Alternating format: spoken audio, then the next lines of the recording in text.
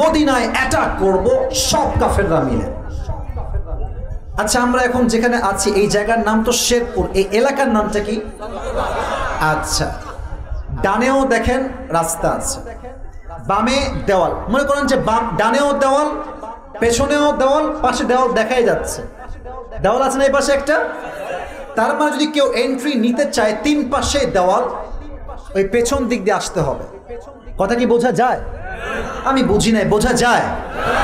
তো নবীজি সাহাবা একরামদেরকে পরামর্শ করলেন যে সাহাবা একরাম শোনো, কাফেররা তো আমাদেরকে অ্যাটাক করতে চায় মদিনায়, আমরা কি প্রিপারেশন নিব এই যুদ্ধের জন্য।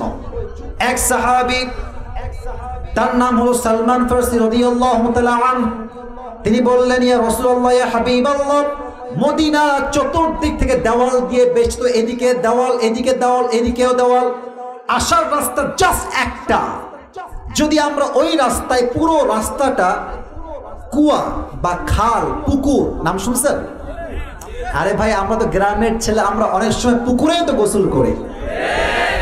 তো বললেন, ইয়া রাসূলুল্লাহ, আপনি পুরো জায়গাটা লম্বা 5 কিলোমিটার, বগুড়া শেরপুরের ভাড়া কত কিলোমিটার,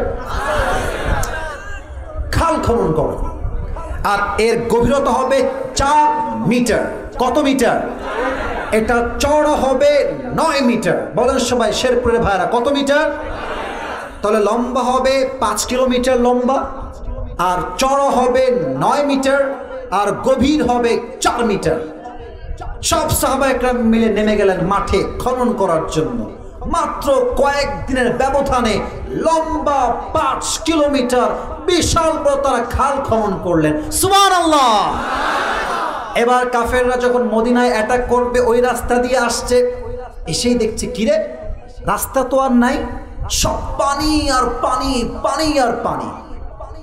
তো তাদের যেই সবচেয়ে বীর পুরুষ, তার নাম হচ্ছে কাফেরদের মাঝে আমর বিন মারহাব। এটা মাথায় রাখেন, পুরস্কার দেওয়ার সময় জিজ্ঞেস করব, ওই কাফের নাম হচ্ছে আমর বিন মারহাব। এই বলছে, এই কাফেররা শোনো, মুসলমানরা চায় আমরা যেন অ্যাটাক করতে না পারি, তাই তারা মদিনার পুরো রাস্তা খাল খনন করেছে। এটা আমাদের ব্যক্তিত্বে আঘাত, চুল পরিমাণ বরদাস্ত হবে না। আমি একাই পুরো মদিনায় অ্যাটাক করবো আজকে, আমি থামতে পারবো। ও এমনি সাহসী তো, লাভ দিয়েছে।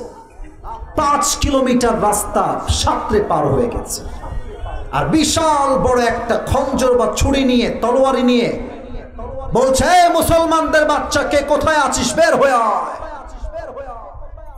কে আছিস, আমাকে মোকাবেলা করবি, বের হয়ে আয়। সব মুসলমানরা বের হয়ে আসছে, দেখছে আমর বিন মারহাব দাঁড়িয়ে আছে। সে এতটা শক্তি ছিল তার গায়ে, এদিকে তাকান, সে বাম হাত দিয়ে ঘোড়ার মাথা ধরত, আর ডান হাত দিয়ে তরবারি ধরে শত্রু কল্লা এক চান্সে আলাদা করে দিত। তার শক্তি, যুবক ভাইরা, মুরব্বীরা, কম না বেশি? সব সাহাবীরা আসছে, নবীজিও আসছেন। নবীজি বলছেন, কাফেররা শোনো, তোমাদেরকে আল্লাহ পরাজিত করবেন, আমাদেরকে বিজয় দিবে একজন, তিনি কে? কে আছে মুসলমানদের মাঝে যে মারহাবকে মোকাবেলা করবে? দাঁড়িয়ে যাও, স্ট্যান্ড আপ, দাঁড়িয়ে যাও। অবাক করা বিষয় হচ্ছে, ওমরে ফারুকের মতো সাহাবীও ভয় পেয়ে গেছে, বসে আছে, দাঁড়াচ্ছে না। সব সাহাবী চুপচাপ। আসেন মূল পয়েন্টে, মূল পয়েন্টে। এবার আলী দাঁড়িয়েছে, ইয়া রাসূলুল্লাহ, আমি মারহাবকে মোকাবেলা করব। নবীজি বলছে, আরে পিচ্চি, বসো। আরে বাবু বসো, তোর বয়স কত? জাস্ট 23 ইয়ার্স ওল্ড, 23 বছর বয়স, বসো। ওইটাকে আর তুমি কে বাবু, তুমি বসো। আলী বসে গেছে, কেউ দাঁড়ায় না। নবীজি বলছে, কে আছে, দাঁড়াও, স্ট্যান্ড আপ, দাঁড়িয়ে যাও, মোকাবেলা করো। কোন সাহাবী দাঁড়ায় না। আবার আলী বলছে, ইয়া রাসূলুল্লাহ, আমি হাজির, আমাকে দেন। স্টপ, বসো, বসো, তুমি বসো, তোমাকে দিয়ে হবে না, তোমার বয়স খুবই কম। কে আছো, দাঁড়িয়ে যাও। থার্ড টাইম, তৃতীয়বার আলী আবার, নবী ছোট ঝাল, আপনার ঝাল ছোট, মানে মরিচ ছোট, ঝাল বেশি। নবীজি বলছে, আলী এতবার তুমি দাঁড়িয়েছো, যাও, আমি তোমাকে বিশ্বাস করে তোমার হাতে জুলফিকার আমি নিজেই তুলে দিলাম। তরবারি তুলে দিলেন হাতে। এবার আলী আসছে মারহাবের কাছে। ভাই রে, এই হাদিসগুলো শুনলে আসলে দিলের জজবা বেড়ে যায়, মনেই হয় যে মুসলমান কোনো বিড়ালের জাত নয়, মুসলমান তো সিংহের জাত। এবার আলী চলে আসছে আমর বিন মারহাবের কাছে। আমর বিন মারহাব কয়, ইয়ার ইয়ে বাচ্চা কাহা সে আ গয়া, এই বেবি কই থেকে আসলো? ও তো বিশাল বড় দেহ, তার বয়স হবে 40 থেকে 45, তাগড়া। বলছে তুমি কে গো? বলছে আমার নাম আনা আলী, আমার নাম হচ্ছে আলী। বলছে আলী? এবার দেখেন কি বলছে, বলছে তুমি কি আলী বিন আব্দুল মুত্তালিব? দাদার নাম নিয়েছে। বলছে না না, আমি আলী বিন আব্দুল মুত্তালিব নই, আমি হচ্ছি আলী বিন আবু তালেব। বলছে আরে ভাতিজা তুমি, তোমার বাপ তোমার ভাই লাগে? আরে যাও যাও যাও, তুমি কি চাও তোমার বউটা বিধবা হয়ে যাক? তুমি কি চাও তোমার সন্তানটা পিতাহারা হয়ে যাক? তুমি কি চাও তোমার সন্তানগুলো বাবাহারা হয়ে যাক? গো ব্যাক, টার্ন ব্যাক, ফিরে যাও আমার থেকে। আমি তোমার সঙ্গে মোকাবেলা করবো না, আমার একটা ব্যক্তিত্ব বোধ আছে, আমি কি বাচ্চার সঙ্গে মারামারি করবো? Ali go back, go back, ফিরে যাও। আলীর কথা শোনেন, বলছে বেটা তোর আমাকে বাচ্চা মনে হয়? একবার আমার সাথে যুদ্ধ করে দেখ, তোর মাথার কল্লা এক চান্সে উড়াই দিব আমি। তাও সে শান্ত, বলছে বাবা তোমাকে আমি মারবো না, যাও। কিন্তু আলী বিন আবি তালেব বলছে তুমি আমারে মারবো না তো কি হয়েছে, আমি তোমারে মাইরাই ছাড়বো মারছে।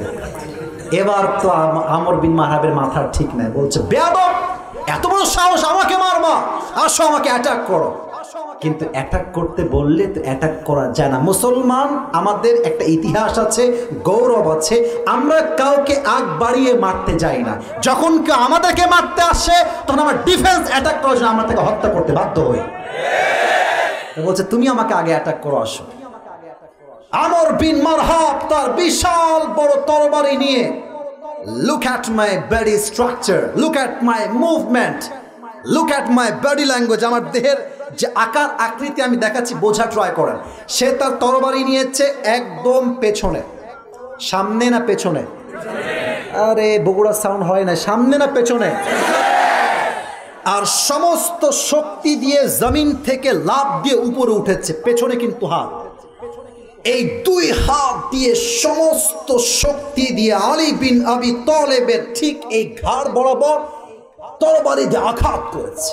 আর আলী রাদিয়াল্লাহু তাআলা আনহু তার সমস্ত রণকৌশল দিয়ে, যুদ্ধের কৌশল দিয়ে, ঢাল দিয়ে অ্যাটাকটাকে মোকাবেলা করেছেন। আলীর গায়ে এক চুল পরিমাণ কোনো আঘাত লাগে না।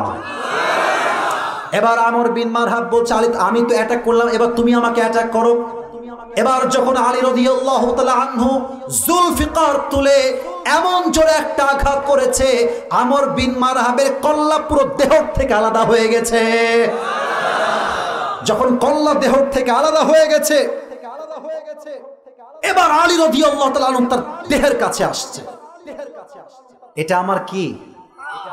ভাই লজ্জা পাবেন না, আমার সঙ্গে কথা কন, কোনো ভয় নাই। এটা আমার কি? তার পায়ে ছিল জুতা। আমর বিন মারহাব কাফের, কল্লা আলাদা হয়ে গেছে, কল্লা একদিকে, বুক আর একদিকে। আরে বীর পুরুষ কারে কয় রে ভাই? আলী বিন আবি তালেব ওর বুকে পা রাখছে, চাপা দিয়ে ধরছে। বেটা তুই কারে ভয় দেখাস? তুই হলো কাফের মূর্তির পূজারী, আর আমি রব্বে কাবা মুহাম্মদের পূজারী।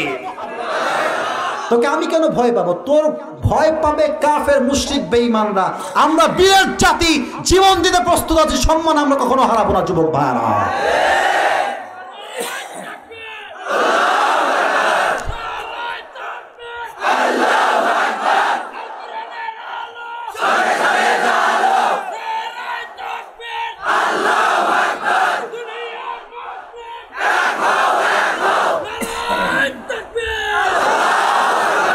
এটাও বাঘের বাচ্চা, মাশাআল্লাহ। আল্লাহ কবুল করে, পড়ো আমিন।